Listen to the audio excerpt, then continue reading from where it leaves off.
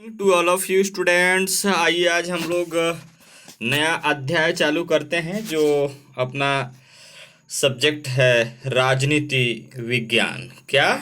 राजनीति विज्ञान। ये देखिए आपका राजनीति विज्ञान, ये देख लीजिए। ठीक है, ये आपका जो है राजनीति विज्ञान है। इससे पहले हम लोग इतिहास पढ़ लिए है ना, हिस्ट्री, और हिस्ट्री से पहले जियोग्राफी। अब हम लोग पॉलिटी पढ़ेंगे। क्या? पॉलिटी अर्थात पॉलिटिकल साइंस। ठीक है, तो आइए हम लोग जानते हैं इस राजनीति विज्ञान के बारे में। पहले तो समझते हैं ये राजनीति और विज्ञान क्या है। ठीक है, तो आइए देखा जाए ये राजनीति अर्थात जो हमारा राज अर्थात हमारा जो देश है। क्या? हमारा जो देश है, इस देश को चलाने के लिए अर्थात इस देश को चलाने के, इस राज्य को चलाने के लिए, है ना। मैं मतलब देश का मतलब राज्य मैं सभी बोलूंगा, है ना। अब राज्य का मतलब छत्तीसगढ़ सिर्फ मत सोचिएगा, है ना। तो ये सब राज्य है, तो इस राज्य को यानी इस पूरे देश को चलाने के लिए क्या चाहिए? नीति अर्थात एक नियम चाहिए, ताकि उस नियम के तहत शासन व्यवस्था अच्छे से चलाए जा सकें। ठीक है, तो उसके लिए राजनीति शब्द का प्रयोग किया गया, और वो भी उसके साथ साथ विज्ञान भी अर्थात उसका साइंस भी। अर्थात साइंस का मतलब तो आप जानते ही हैं कि किसी भी वस्तु का या किसी भी चीज़ों का या किसी भी ज्ञान को क्रमबद्ध अध्ययन करना, यानी किसी भी चीज़ों का क्रमबद्ध अध्ययन अर्थात सिस्टमेटिक अध्ययन करने की प्रक्रिया क्या कहलाती है? विज्ञान। तो इस राज को, इस नीति अर्थात इस नियम को एक वैज्ञानिक तरीके से, एक सिस्टमेटिक तरीके से चलाने की प्रक्रिया को हम क्या कहेंगे? राजनीति विज्ञान। अर्थात किसी देश की शासन व्यवस्था को सुव्यवस्थित अर्थात सिस्टमेटिक ढंग से चलाने की प्रक्रिया, यानी वैज्ञानिक तरीके से चलाने की प्रक्रिया ही क्या कहलाता है? राजनीति विज्ञान। आइए, ये बात तो आप समझ गए होंगे मेरे प्यारे बच्चों। तो चलिए आज हम लोग आगे इसका शुभारंभ करते हैं, है ना।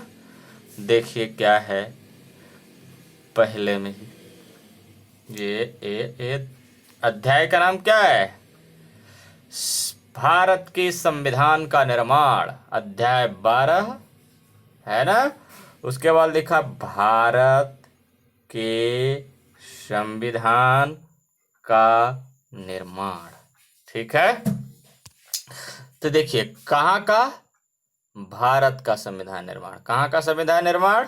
भारत। तो भारत देश के आप तो निवासी हैं, यानी छत्तीसगढ़ निवासी, यानी इस अगर देश की बात करें तो भारत देश की, है ना, भारतवासी हैं।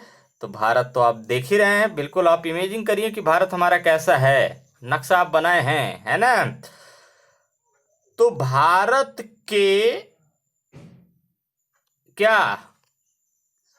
संविधान। संविधान मतलब क्या? यानी भारत की व्यवस्था को चलाने के लिए, भारत के संपूर्ण व्यवस्था को चलाने के लिए संविधान, है ना। तो एक सुव्यवस्थित रूप से कानून बनाया, संविधान माने विधान बनाया गया। क्या बनाया गया?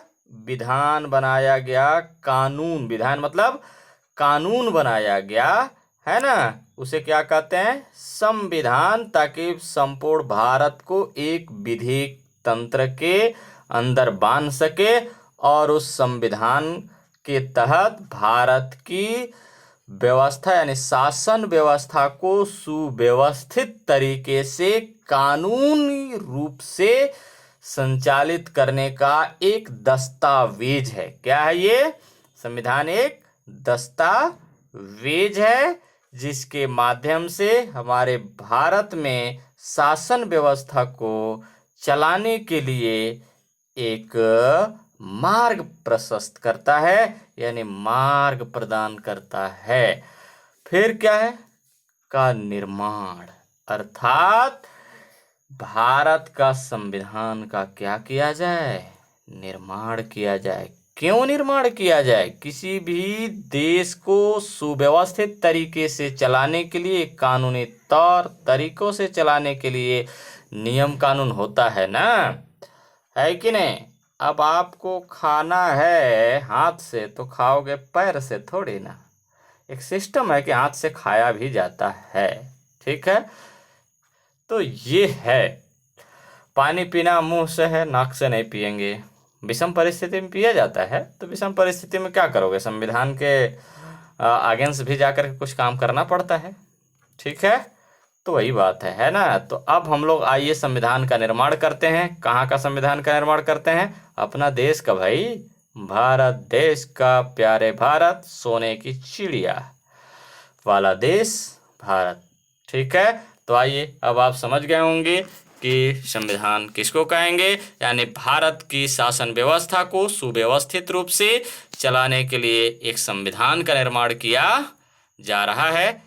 और वैसे अभी वर्तमान में देखें तो हमारे पास तो संविधान है ही है, ठीक है? तो आइए देखते हैं। ये देखिए कॉन्स्टिट्यूशन का ये पहला ऊपर वाला कवर है, जो दिख रहा होगा आपको, कितना सुंदर कवर दिख रहा है। ये लो, ये वाला कवर है ना, कॉन्स्टिट्यूशन ऑफ इंडिया, ठीक है? चलिए आगे, अब इसमें हम लोग पढ़ते हैं। बहुत रोचक और इतना मज़ेदार है ना कि दिल तो आपका गार्डन गार्डन हो जाएगा, है ना? खुशियों का कमाल इसमें है, मज़ा आ जाएगा। और पूरी चैप्टर ही पॉलिटिकल का ऐसे ही है, ठीक है? बस एकदम सहज सरल, बस एकदम ध्यान से बस सुनते जाना, सारा चीज़ें आपके दिमाग में सेट होता चला जाएगा, ठीक है?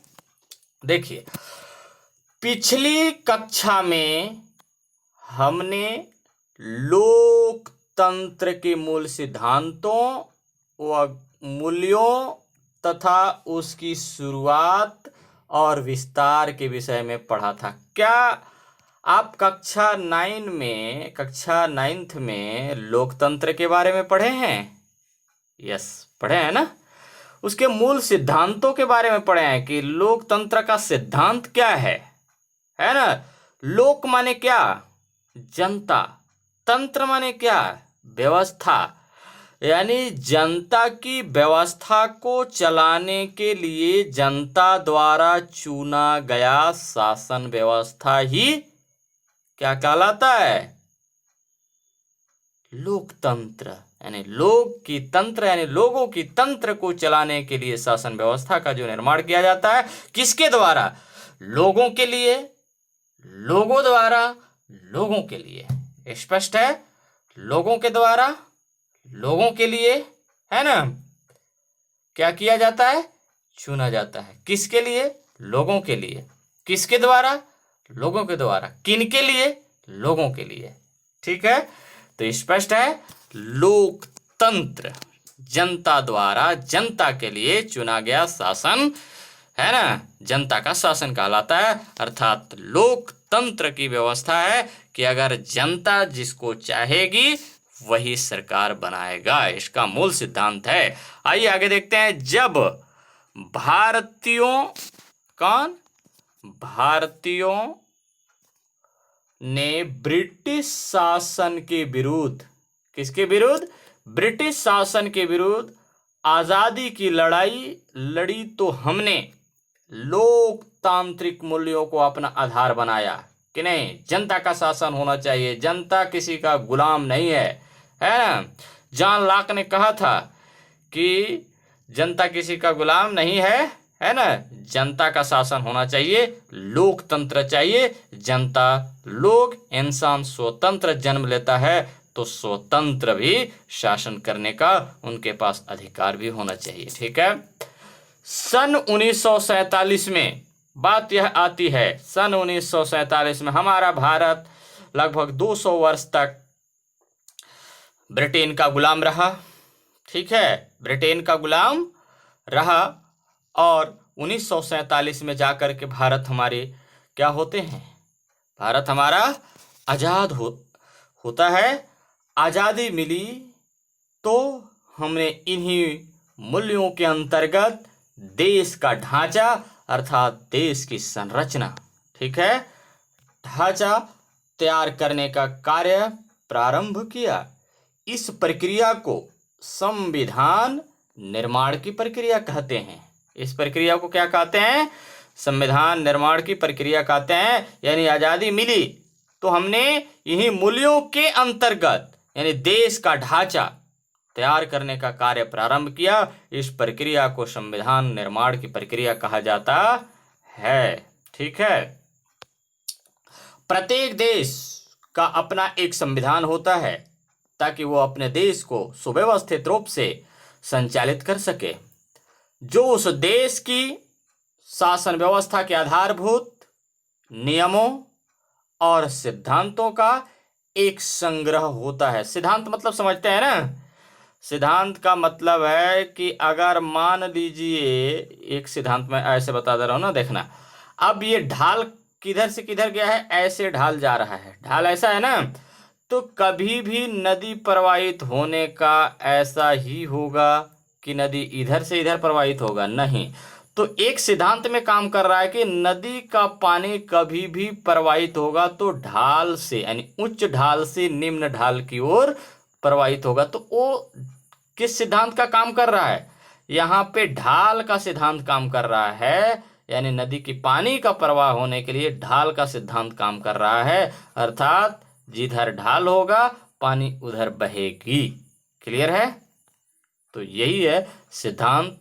मतलब किसी भी सिद्धांत के आधार पर, अगर मान लीजिए संविधान में कानून बन गया कि हमारे देश में कि सभी लोग 18 वर्ष में जो वोट डालते हैं ना, अब नियम बन गया कि नहीं, ये अब बना दिया नियम कि नहीं, अब 28 वर्ष यानी 10 वर्ष बढ़ा दे, मान लो 28 वर्ष में वोट डालना है, तो ये नियम बन गया ना। अब इसी सिद्धांत पर काम करेगा कि वो 28 वर्ष में ही लोग व्यक्ति जो है चुनाव में भाग ले सकेगा। ठीक है, तो एक सिद्धांत हो गया। तो देखिए पहले क्या था, अब इस पे मैं थोड़ा सा चर्चा कर दूं कि देखिए पहले 21 वर्ष में लोग वोट डालते थे, लेकिन अब इसको बदल करके कितना कर दिया गया, 18 वर्ष कर दिया गया, और अब 18 वर्ष में सभी लोग आजकल वोट डालते हैं। ठीक है, तो ये है नियम का बदलाव, और अब इस सिद्धांत पे काम करेगा कि वो 18 वर्ष पूरा हुआ तो अब वोट डालने जाएगा वो। ठीक है, तो हर चीज का एक सिद्धांत होता है ना। सूर्य डेली जो है पूर्व से उदय हो रहा है, वो उसका सिद्धांत है। कभी ऐसा थोड़ी हो रहा है कि कभी उत्तर से तो कभी दक्षिण से तो कभी पश्चिम से उदय हो रहा है, नहीं, वो अपने सिद्धांत पर काम कर रहा है। पृथ्वी पश्चिम से पूर्व की ओर मूवमेंट हो रहा है तो अपने सिद्धांत पर काम कर रहा है। ये नहीं है कि कभी वो पूरब से पश्चिम घूमने लगे, वो पश्चिम से पूरब की ओर घूम रही है तो घूम रही है, वो अपने सिद्धांत पर काम कर रही है। ठीक है, अगर बदल गया तो सारा दुनिया खत्म हो गया। तो हर चीज का नियम सिद्धांत है। आप गुरुत्वाकर्षण का सिद्धांत पढ़े है ना। ठीक है, तो गुरुत्वाकर्षण क्या करता है, अपने ओर आकर्षित करता है। जैसे मान लीजिए न्यूटन ने सिद्धांत दिया गुरुत्वाकर्षण सिद्धांत कि भाई अगर वो ऊपर से सेब नीचे ही क्यों गिरता है, ऊपर क्यों नहीं चला जाता है, तो वो सिद्धांत पहले से भी काम कर रहा था, बस उस ज्ञान को उजागर करने में न्यूटन का जो है मेन रोल रहा। ठीक है, तो चलिए आगे जानते हैं। हर देश अपनी आवश्यकताओं व परिस्थितियों के अनुसार अपना संविधान का निर्माण करता है। देखिए हर देश, चाहे कोई भी देश हो, अपनी आवश्यकता के अनुसार कि उस देश की क्या क्या आवश्यकता है, उस देश में कौन कौन सी परिस्थितियां हैं, उसके अनुसार वो संविधान का निर्माण करता है। मान लीजिए भारत में जनजातीय समूह की प्रॉब्लम ज़्यादा है तो उसके लिए भारत सरकार में जो है यहाँ संविधान में कानून बनाया जाएगा। लेकिन मान लीजिए अमेरिका में ऐसा कोई समस्या नहीं है तो वो जनजाति के लिए अमेरिका में संविधान में थोड़ी बनेगा नियम। उस समय अमेरिका के संविधान में सभी लोग को समान रूप से बना दिया जाएगा। लेकिन हमारे देश में अगर जनजातीय हैं, अल्पसंख्यक हैं, तो इस तरह से जो लोग बहुसंख्यक हैं तो उसके आधार पर उनके लिए कुछ जो है विशेष प्रावधान किया जाता है। ठीक है, प्रोविजन किया जाता है ताकि उनको संरक्षण किया जा सके। ठीक है, कमजोर वर्ग है ना, और इसमें जो वर्ग होता है ना, जैसे कमजोर वर्ग और जो उच्च वर्ग हैं, तो कमजोर वर्ग के लिए एक विशेष प्रावधान भी रहता है। ठीक है, तो इस आधार पर कुछ नियम कानून उनके लिए भी बनाए जाते हैं। तो वो संविधान जब भी जिसकी जैसी आवश्यकता है उस अनुरूप जिस देश की जैसी आवश्यकता है उस अनुरूप संविधान बनाने का काम करता है। ठीक है, आइए आगे देखते हैं। संविधान क्या हो रहा है? संविधान आधारभूत नियमों का संग्रह मात्र नहीं है, वरन उस राष्ट्र के मूल उद्देश्यों, यानी उस राष्ट्र का क्या मूल उद्देश्य है वह प्राथमिकताओं का खाका एवं शासन तंत्र को गठित करने की व्यवस्था और उसकी सीमाओं व मर्यादाओं को निर्धारित करने वाला दस्तावेज है। ठीक है, क्या समझे? संविधान सिर्फ नियमों का संग्रह, एक कलेक्ट करने वाला ग्रंथ सिर्फ नहीं है, वरन उस राष्ट्र के मूल उद्देश्यों व प्राथमिकताओं का खाका यानी खाका एवं शासन तंत्र को गठित करने की व्यवस्था और उसकी सीमाओं व मर्यादाओं को निर्धारित करने वाला दस्तावेज है, जिसका उपयोग करके देश की सरकार जनता, है ना, क्या, थोड़ा सा इसको छोटा करते हैं, है ना, जनता की समस्याओं का समाधान करती है। ठीक है, यानी जिसका उपयोग करके देश की सरकार जनता की समस्याओं का समाधान करती है। कक्षा 8वीं में भारतीय संविधान के विषय में स्मरण कीजिए और निम्नलिखित वाक्यों में रिक्त स्थानों की पूर्ति कीजिए। कक्षा 8वीं में आप संविधान का ये राजनीति का चैप्टर पढ़े हैं, जो नागरिक शास्त्र के नाम से जाना जाता था। ठीक है, आइए देखते हैं। भारत के संविधान का निर्माण खाली स्थान सभा द्वारा किया गया। किस सभा द्वारा किया गया? संविधान सभा द्वारा किया गया। किस सभा द्वारा किया गया? संविधान सभा द्वारा किया गया। ठीक है, अगला है, भारत का संविधान दिनांक खाली स्थान को लागू हुआ। कब लागू हुआ? भारत का संविधान 26 जनवरी 1950 को लागू हुआ। ठीक है, हमारे संविधान के अनुसार भारत एक खाली स्थान देश है। कैसा देश है भारत, आप बताइए? लोकतांत्रिक, राजशाही, सैन्य शासित? कैसा है? राजशाही? अच्छा, लोकतांत्रिक। हाँ, लो, ठीक ठीक बताए, लोकतांत्रिक। कैसा है? लोकतांत्रिक। ठीक है, तो ये संविधान का थोड़ा सा परिचय था। अब आइए देखते हैं कि संविधान की क्या आवश्यकता है या संविधान की आवश्यकता क्यों है, इसके बारे में जानते हैं, है ना। संविधान की आवश्यकता क्यों है, देखते हैं। अपने सीमित अर्थ में संविधान मूलभूत नियमों या प्रावधानों का एक ऐसा समूह है जो राज्य के गठन और उसके तहत शासन प्रणाली को निर्धारित करता है। एक लोकतांत्रिक व्यवस्था में माना जाता है कि समाज के लोग मिलकर अपने हितों के लिए राज्य का निर्माण करते हैं और वे अपने जीवन को संचालित करने के लिए क्या बनाते हैं? संचालित करने के लिए, ठीक है, के कुछ अधिकारों,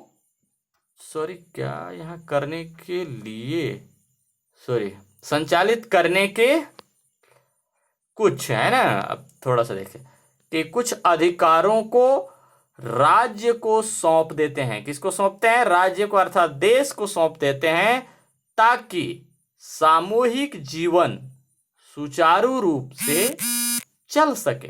ताकि सामूहिक जीवन क्या हो? सुचारू रूप से चले, यानी लोकतांत्रिक ढंग से चल सके। ठीक है, आगे, राज्य को गठित करते समय वे उसे कुछ नियमों में बांधते हैं ताकि वह लोगों के अधिकारों का हनन न करे और उनके हितों में काम करे। इन्हीं नियमों को हम संविधान कहते हैं। बिल्कुल यहाँ से यहाँ तक ध्यान रखना। जो ये बता रहा है कि राज्य को गठित करते समय वे उस कुछ नियमों में बांधते हैं ताकि वह लोगों के अधिकारों का, मतलब हमारे आपकी अधिकारों का, जनता के अधिकारों का हनन न करे, जो सरकार बने वो, है ना, और उनके हितों में काम करे, उनके कल्याण के लिए काम करे, है ना। इन्हीं नियमों को हम क्या कहते हैं? संविधान कहते हैं। ठीक है। उसके बाद एक छोटा सा ये डब्बा है, इस डब्बा के बारे में भी पढ़ लिया जाए। देखो, राज्य लिखा हुआ है। राजनीति विज्ञान में राज्य किसे कहते हैं? देश को कहते हैं, है ना। ये छत्तीसगढ़, मध्य प्रदेश, ऐसा इसको देश राज्य जो कहा जा रहा है ना, ये तो प्रांत है ना। अलग अलग भागों में बांट करके शासन, यानी भारत जो राज्य है, यानी भारत जो देश है, वो अपने शासन व्यवस्था को सुचारू रूप से चलाने के लिए और उस देश के अंदर की जनताओं को विकास करने के लिए, कल्याणकारी योजनाओं को सुचारू रूप से लाभ पहुंचाने के लिए ये व्यवस्था किया है ना। तो प्रांतों में बांटा है। राज्य कोई एक देश होगा। ठीक है। देखिए, वह इकाई जिसके पास, ध्यान रखना, वह इकाई जिसके पास एक राजनीति, भूभाग, जनसंख्या, सरकार तथा संप्रभुता स्वतंत्र हो, उसे राज्य कहते हैं। जैसे भारत, संयुक्त राज्य अमेरिका, ये राज्य हैं। तो अब यहाँ क्वेश्चन उठ रहा है, क्या छत्तीसगढ़ या मध्य प्रदेश राज्य हैं? अपने उत्तर की पुष्टि तर्क के साथ दीजिए। देखिए, अब इसका उत्तर में क्या होगा? देखिए, क्या है कि जिसके पास क्या होगा? निश्चित भूभाग होगा, ठीक है, और जनसंख्या होगा, सरकार होगा और संप्रभुता भी होगा। क्या ये छत्तीसगढ़ के पास, मैं जानता हूं कि ये निश्चित भूभाग है इसके पास, यानी ये एक सीमा में बंधा हुआ है। मध्य प्रदेश के पास भी ऐसा है, सरकार भी है, ठीक है। क्या इसके पास संप्रभुता है? नहीं है। इसके ऊपर केंद्र सरकार का नियंत्रण है, केंद्र सरकार का नियंत्रण है। लेकिन क्या केंद्र सरकार के ऊपर कोई नियंत्रण है? नहीं, सिर्फ जनता का नियंत्रण है। ठीक है। तो ये है जो छत्तीसगढ़ और मध्य प्रदेश, ये जो है एक प्रांत के रूप में बांटे गए हैं। ये राज्य नहीं, जो है एक प्रांत है। राज्य हमारा मुख्य रूप से, अगर राजनीति विज्ञान में कहा जाए तो भारत राज्य है। ठीक है। हालांकि वो देश है, देश और राज्य एक ही चीज है। ठीक है। आइए अब आगे देखते हैं। संविधान के माध्यम से यह तय किया जाता है कि समाज में निर्णय लेने की शक्ति किसके पास हो और सरकार कैसे गठित हो, उसका स्वरूप कैसा हो। संविधान का कार्य है सरकार द्वारा, है ना, किसके द्वारा? संविधान का कार्य है सरकार द्वारा नागरिकों पर लागू किए जाने वाले अधिनियमों या कानूनों की सीमा निश्चित करना। ठीक है। ये सीमाएं ऐसी होती हैं कि सरकार भी उनका उल्लंघन न करे। जैसे मौलिक अधिकार सभी लोगों को दिया गया है, इसका सरकार भी उल्लंघन नहीं कर सकता। ठीक है। संविधान परिवर्तनशील है, लेकिन मौलिक अधिकारों को परिवर्तन नहीं किया जा सकता। लेकिन सरकार को लगे कि नहीं, इससे हमारा देश में हानि हो रहा है, यानी लोगों को नुकसान हो रहा है, तो बदल सकता है। ध्यान रखना, जिसे बदलते परिस्थितियों के अनुरूप बदला जा सकता है। किंतु संविधान में परिवर्तन की प्रक्रिया और परिवर्तन की सीमा भी निर्धारित होती है। वह शासन को ऐसी क्षमता प्रदान करता है जिससे वह जनता की विभिन्न आकांक्षाओं को पूर्ण कर सके और न्यायपूर्ण समाज की स्थापना हेतु उचित परिस्थितियां, वातावरण आदि का विकास कर सके। ठीक है। व्यापक अर्थ में संविधान किसी राष्ट्र के उद्देश्यों व आधारभूत मूल्यों को निरूपित करता है। समाज के लोग मिलकर क्या करना चाहते हैं, वे क्यों एक साथ रहना चाहते हैं और उनके द्वारा बनाए गए राज्य को किन मूल्यों को लेकर चलना है, यह सब संविधान में अंकित होता है। उदाहरण के लिए भारत के संविधान की उद्देशिका में कहा गया है कि हमारा लक्ष्य सबके लिए समता, न्याय, स्वतंत्रता और भाईचारे सुनिश्चित करना है। इसके लिए हमने ऐसे राज्य का गठन किया है जो लोकतांत्रिक हो, धर्मनिरपेक्ष और समाजवादी हो और किसी प्रकार का निर्णय लेने के लिए किसी बाहरी ताकत पर निर्भर ना हो, खुद पर निर्भर हो। हमारा भारत संप्रभु। ठीक है।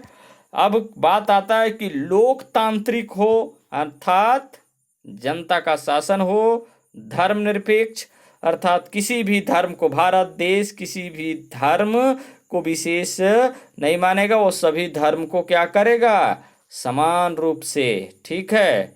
तो ये है धर्मनिरपेक्ष, किसी भी धर्म के प्रति भेदभाव करने का शासन में ये जो है अधिकार नहीं है, सभी धर्म समान हैं, उनका कहना यह है। समाजवादी व्यवस्था हो, समाज के कल्याणकारी के लिए जो है शासन काम करे। ठीक है। ऐसा ये नहीं कि शासन राजा की तरह जो है प्रजा का जो है नुकसान पहुंचाए। ठीक है, ऐसा नहीं।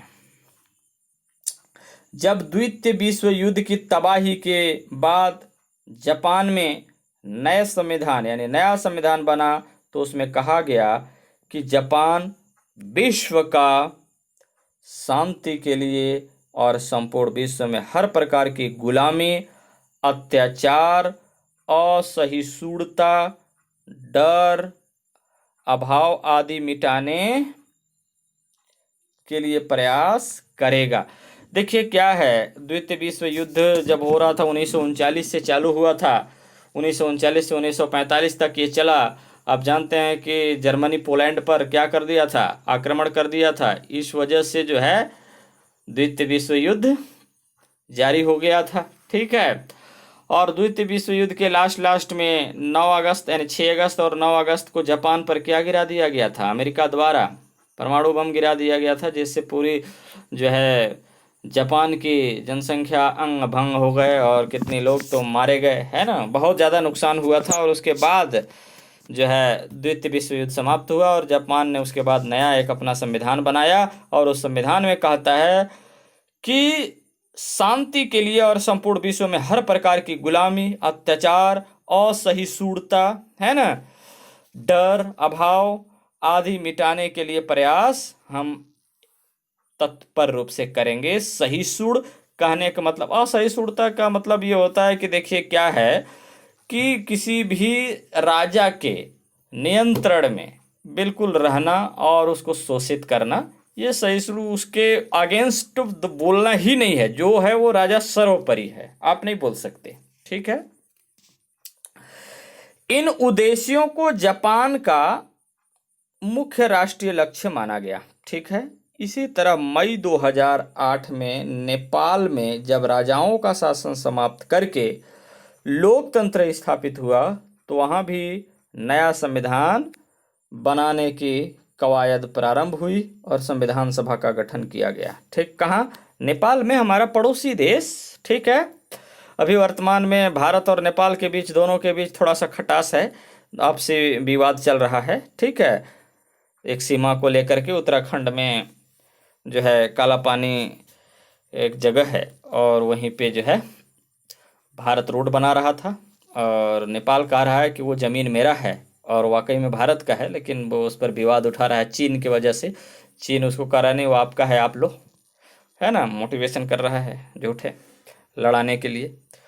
नया संविधान कैसा हो, इसे लेकर नेपाल की विभिन्न पार्टियों, समुदायों व क्षेत्रीय समुदायों के बीच गहन वाद विवाद और विचार विमर्श के बाद 2015 में एक संविधान प्रस्तावित किया गया। नेपाल के सभी लोग यह सोचते थे कि देश में सामंतवादी राजशाही का अत्याचार और एक केंद्रीय शासन प्रणाली जो स्थानीय समूहों की आकांक्षाओं की अनदेखी करे, हमेशा के लिए खत्म हो। संविधान निर्माण के दौरान नेपाल में रहने वाले अनेक छोटे समुदाय के लोगों ने यह संदेह जताया, क्या किया?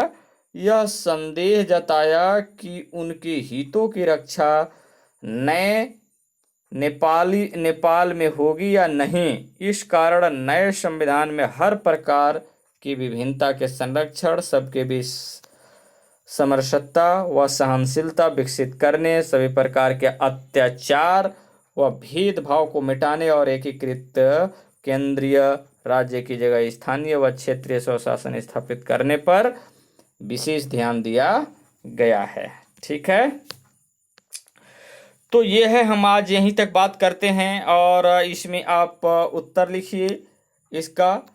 अगर आपको अपनी शाला के लिए एक संविधान बनाना हो तो किस प्रक्रिया से बनाएंगे? अपने स्कूल के लिए क्या उद्देश्य रखेंगे? ठीक है, क्या इस पर आप विचार कर सकते हैं? देखिए, संविधान अगर किसी भी स्कूल में, अगर मान लीजिए आप अपने स्कूल में बनाते हैं, किसी देश में बनाते हैं, तो पहले तो आप स्कूल के जितने स्टूडेंट हैं उसका सहमति होनी चाहिए। आप सहमति लेंगे, चुनाव करेंगे कि क्या क्या कौन कौन से नियम बनाना चाहिए, है ना। तो आप लोग अपना दिमाग का थोड़ा सा इस पर यूज करें कि आप कैसे अपने अपने विचार से संविधान, इसको वीडियो को बढ़िया से देखिए, उसके बाद सुनिए, समझिए और इसके बारे में लिखना स्टार्ट करिए। हर लोग अपने, जैसे मान लीजिए आप अपने स्कूल का संविधान तैयार करिए एक ठो, कि वो किस संविधान पर काम करेगा, किस संविधान पर काम करना चाहिए, और इसका उत्तर लिख करके अवश्य भेजिए। और एक क्वेश्चन और है जो आपको ऊपर से मैं दे रहा हूँ, हाँ, यहाँ पे